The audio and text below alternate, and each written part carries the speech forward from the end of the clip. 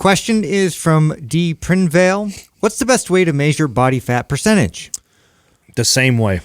Yeah, great answer. Good, yeah, good. Great answer. Nailed it. Yeah, there is no 100% accurate way of measuring body fat besides you die and then they take your fat off and then weigh it and then they can see where it's at. They're all inaccurate, but they vary in what their in their accuracy. Like calipers, and then it goes. Bioelectric impedance is probably the worst. That's the one that you touch the handles and it measures your body fat. You could change that. You can manipulate it like crazy within 10 minutes. Yeah, you could change it. Yeah. Calipers. That a lot of that is the error of the person giving it. Right. The consistency of how they're testing your body fat. And of course, there's genetic hydrostatic weighing. That's got to be the best one. It's a better right? option. Between that and then also air compression with the bod pod. Yeah, bod pods. I've never done the bod pod. I mean, I've done it once. They're all fairly accurate, right? But they all have a room for error and manipulation. And the idea is that whatever you do, you're consistent with that, and that's the main takeaway from this is like, okay, that's the time of the day you do it, right? Make what everything you ate, what you drank, all that, right? Yeah, control all the factors. And the more you can control like that, the more accurate those things become. I mean, if you are really consistent with your food intake, your water intake, the time that you do it at, the consistency of who takes the test on you, I mean, all those factors are controlled.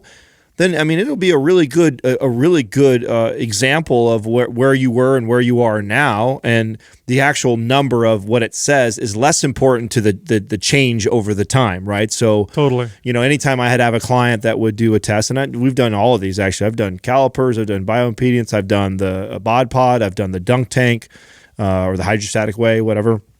I've used all of them. That one is the one that I like to use the most.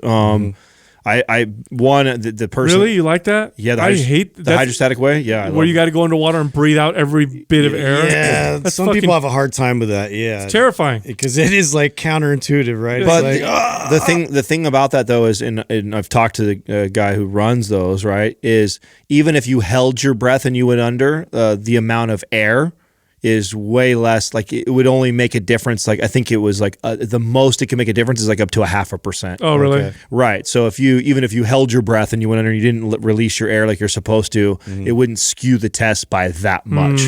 So now, have you found more value in them just like taking pictures of their body and like being able to kind of like look at that like on a weekly basis? So I use kind of all the above, right? So again, this goes back to when we started doing a lot of these things, tracking and helping people, we just didn't have a lot of these tools. The fact that we have tools now where I can have someone enter their food into an app. I can have, obviously we've had scale weight for a long time. I can have a scale weight. I can have a body fat test. And then I can also have a very clear, easy digital picture they take on a weekly basis. I like all of it. So and as a coach, that's what I would ask for. And I really would not. I didn't give a lot. There wasn't a lot of conversation with me and my client around these things. It really was, I want you to do all these things for me to collect the data. From there, I kind of make the decision on which way to go for my clients. And the visual one is my favorite for. Because what happens to us, even if like all the data is showing the right direction, like, the body fat test shows I'm down, my scale says I'm down 1 or 2 pounds. But what do clients normally say to you? Like, I feel the same. I feel like I look the same, or I don't. Clothes fit the same. Yeah, because they look at themselves 4 times a day, every day, and and we know how incremental change is like this with body fat percentage and building muscle. It's over the course of a month or 2 months' time. We're talking about a few pounds of swing of muscle and fat. It's not like a huge difference distributed throughout your entire body. Yeah. So it's very subtle changes. But when you have a nice visual that you can look at from 4 weeks ago today. And if you've been doing good diet-wise, training-wise, you should see a nice visual change in body composition if you've done a good job. So when I first became a trainer, I did regular body fat tests, and I did circumference measurements, and I did all that stuff. Later on, I moved away from all of it, and here's why. Now, I could see the value in it for a couple different reasons. Like, every once in a while, you get a client who's like, oh my God, the scale only moved a pound. What's going on? And then you could show them, oh, actually, you lost 4 pounds of body fat, and you gained 3 pounds of muscle, and that's why the scale only moved a pound. So there's some value in that, but here's why I moved away from all that. it encourages this obsession, this body obsession with constantly checking, constantly looking at myself. And later on, I realized what I'm trying to do is create lifelong good behaviors and also create a good relationship with their body and with exercise. And so I moved away from all that. And what I found was I was more successful. I was more successful later on by not, because they would end up measuring and weighing themselves anyway. I just stopped doing all that, and we would just focus on it also performance and feel and all that stuff. It also speaks to, I mean, this is where we're all very different, right? Like, there's definitely, even though we have almost the same amount of years experience, the types of clients that we probably train more of, like you definitely trained probably more advanced age people and people that just wanted general health and feel better. Like I trained probably more of the high performing, 30 to 50 year old like CEO and they want to know and engineers. And so I liked this stuff. I liked a lot of this stuff for those reasons. But if people asked me, I wouldn't turn them down. If they said, "Hey, can I test my body fat?" I would do it every single day. I definitely spent a lot of time in the very beginning establishing as many of these metrics as I possibly could, and then I'd revisit it based on request, like something like that would come up. So it was kind of a both.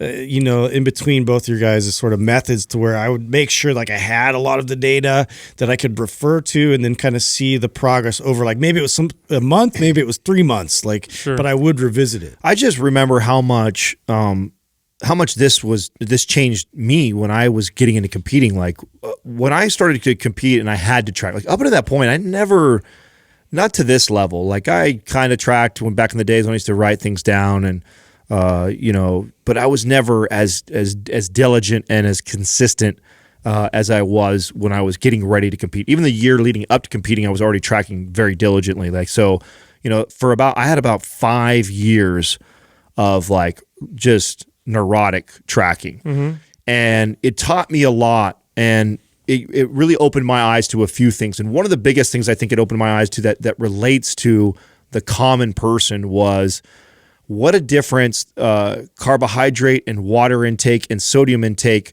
could really manipulate the way somebody's body looks from hour to hour to day almost. And what it did to me was, and I remember tracking, knowing that my macros were right on line, my water was good, my training was all good, but then all of a sudden I would take a picture in the evening time on the next day in the middle of the week or something, and I'd be like, whoa, I look worse than what I looked just a week or two ago. And what came to mind now, I was okay was I knew I was tracking so I knew I was okay, and I'm like, oh wow, okay, I drink a half gallon more water today, and I increase. This is a higher carb day, so I had an extra 100 grams of carbohydrates. Right. The difference of 100 grams of carbs and a half a gallon of water makes a huge difference in water retention in your body, and could change the visual effect and even the scale by a significant amount. But that doesn't mean you're doing bad on your program. It means you could still be doing perfect, but it could throw you off on the mental side. Yeah. And so if I felt that as a coach, a trainer, a knowledgeable, experienced person who knew what was going on, and I felt that, oh, whoa, what did I do? Oh, and I had to go back and look, oh, I'm fine. That made me go, wow, how many clients do you tell them, eat this way, train this way, do this? And they're going through, I trust Adam or Sal and Justin. I trust what they're saying. But in the back of their mind, they're still questioning, because they're like, I definitely don't feel like I'm making progress, or I don't feel good today. And then I'm not going to tell him, but I'm going to skip that last meal tomorrow, or I'm going to get on some cardio. I mean, I know I had clients that did shit like this. I know I had clients that, even though I was telling them what to do, still didn't listen to me and went and did more. Like, oh, I'm going to do a little more. Because the scale changed apparently. Right, because the scale changed. So, no, as a tool to in that sense, to explain things and break things down, I mean, it makes a lot of sense. The problem I have with the trainer who does the regular testing, which I did for the first few years of training, it was like every other week, oh, today we're going to do measurements. We're going to compare it to last time I did them. The reason why I stopped that, I mean, think about it. Here you are, you're the average person.